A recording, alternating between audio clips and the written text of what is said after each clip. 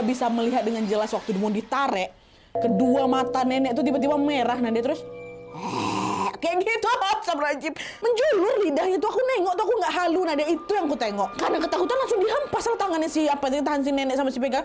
Kata dia kayak gitu. Dan di saat yang sama Ahmad udah mulai menyadari nih kalau ada sesuatu yang nggak beres sama mereka berdua. Akhirnya Ahmad bilang, yaudah yuk, udah kita tunggu di mobil aja nek, udah nggak usah masuk, kami tunggu di mobil, kata dia. Nah melihat Vega dan Ahmad yang siap-siap mau pergi ini, wah ibu-ibu sama nenek-nenek tadi tuh masih kelihatan mau nahan mereka. Udah di sini dulu, di sini, pokoknya masih pegang-pegang gitu lah. Hingga akhirnya tiba-tiba ada seorang pemuda warga lokal di sana yang melintas dekat mereka berempat nih. Dan seolah-olah sudah mengetahui apa yang terjadi, Wak ya. Pemuda itu tiba-tiba dibentaknya nenek tuh. Tapi ngomongnya apa? Astagfirullah, ingat umur nek. Kalau lapar ya makan nasi aja, jangan yang aneh-aneh, kata si pemuda itu. Kalau lapar makan nasi aja. Udah kak, bang, udah pergi dari sini. Jangan lama-lama di sini, udah sana pergi, kata si pemuda itu. Seolah-olah pemuda tuh tahu sesuatu lah dia. Gitu dan pemuda tuh terdiam. Mereka berdua ibu-ibu sama nenek nih. Nah, dengan langkah terburu-buru tanpa menoleh-noleh lagi, Vega dan Ahmad pun bergegas kembali masuk ke dalam mobil. Sesampainya di mobil ternyata si sopir itu udah ada di sana, nggak jadi makan dia, Nat. Ada dalam mobil. Tuh bertanya dia, kok cepat sekali? Udah selesai janinnya dikubur? Belum sempat Vega sama si Ahmad ini menjawab apa-apa, Wak.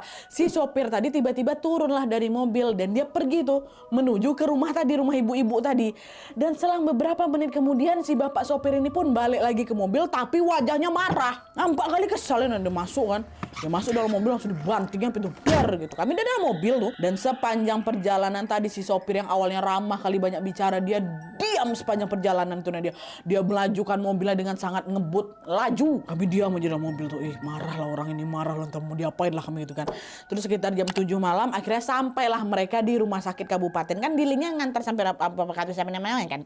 Dah, pada saat itu dengan marah-marah si sopir ini pun meminta Vega sama si Ahmad turun. Dah turun kan? Turun. Tidak lupa juga tentunya dia menagih ongkos perjalanan mereka. Dah, di situ Ahmad sama aku pun sebenarnya nggak tahu apa yang membuat sopir ini marah sama kami. Nah dia, tak mungkin dia marah juga gara janin tuh nggak jadi dikasih, pakai gimana gitu kan. Tapi ya udahlah, kami cuma memilih untuk diam aja, seolah-olah udah tahu sama tahu gitu. Barulah setelah si sopir ini pergi, di situ baru ku ceritain semuanya sama si Ahmad tentang rencana jahatnya sopir tadi tuh. Baru di situ aku dapat celah mau cerita, Nat. Iya dek, berarti janin kita tadi mau dijadikan jimat. Ya Allah, tega kali lah mereka tuh ya. Terus nenek-nenek tadi tuh siapa? Dia tuh berarti yang mau makan janin kita tuh. Iya aku nggak tahu bang, mungkin dia pakai ilmu hitam tuh lah dan ngincar darah orang yang baru keguguran. Akulah dia incar. Iya Allah, untung lah ya kita masih selamat dek, katanya. Untung juga janin kita tuh ketinggalan. Nggak tinggal bang, ada nih dalam tas tuh. Memang sengaja nggak ku kasih, ku bilang aja ketinggalan. Memang ada, rupanya bohong memang siapa Vega nih wa. Alhamdulillah masih selamat janin itu kan wa. Nah, sesampainya di rumah sakit tadi, Vega pun langsung dimasukkan ke ruang UGD, Wak. Dia diperiksa oleh dokter dan juga banyak perawat. Lalu setelah diperiksa, Vega pun langsung dijadwalkan untuk dikuret besok paginya jam 8. Dah, singkat cerita, keesokan harinya proses kuret itu pun dimulai.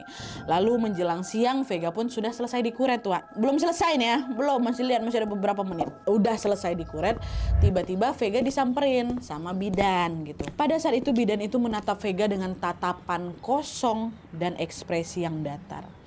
Lalu dengan suara sedikit berbisik, bidan itu bilang, banyak yang mengikutimu sampai tubuhmu lemas. Sudah sejauh ini tapi untungnya kamu masih selamat.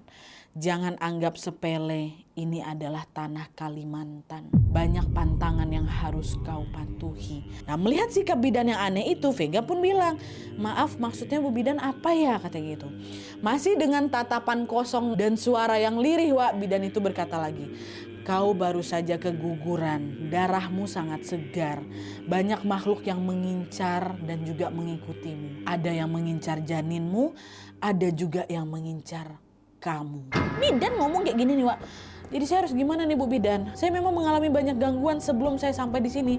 Lalu apa yang harus saya lakukan? Banyak-banyaklah berdoa dan meminta maaf atas kesalahan yang pernah kamu buat. Hah? Emang saya pernah bikin salah apa, Bu? Nah, disitulah Bu Bidan ini bercerita kalau makhluk-makhluk yang mengganggu Vega ini, Wak, sangat banyak dan asalnya juga berbeda-beda. Tapi ternyata ada satu jin nih yang ternyata sudah lama menghuni rumah Vega dan juga Ahmad. Nah, jin inilah yang konon katanya paling marah sama si Vega, Wak. Kenapa dia marah sama aku? Apa salahku? Kutanya sama dia kanan. Waktu kutanya kayak gitu, tiba-tiba Vega merasa seperti ada angin yang berhembus di telingaku disertai dengan satu kalimat lirih. kalian pernah menginjak ular. Ada kalimat itu di telinga si Vega, Wak. Entah siapa yang mengatakan kalimat itu, tapi yang jelas kalimat itu langsung membawa ingatan Vega ke sebuah peristiwa mengerikan yang pernah dia dan Ahmad alami beberapa waktu yang lalu. Memang iya, Nadia. Jadi ceritanya sebelum Vega tahu dia ini mengandung, Wak, Vega sama si Ahmad ini sempat pergi ke kecamatan dengan menggunakan motor. Nah, pada saat di jalan pulang ketika mulai memasuki area hutan, Wak, tiba-tiba ada ular besar melintas di jalan yang lagi mereka lewati. Nah, karena kejadiannya sangat mendadak dan jaraknya juga terlalu dekat, jadinya pada saat itu Ahmad ini nggak sempat menghindar, Wak. Mereka pun tanpa sengaja melindaslah ular itu.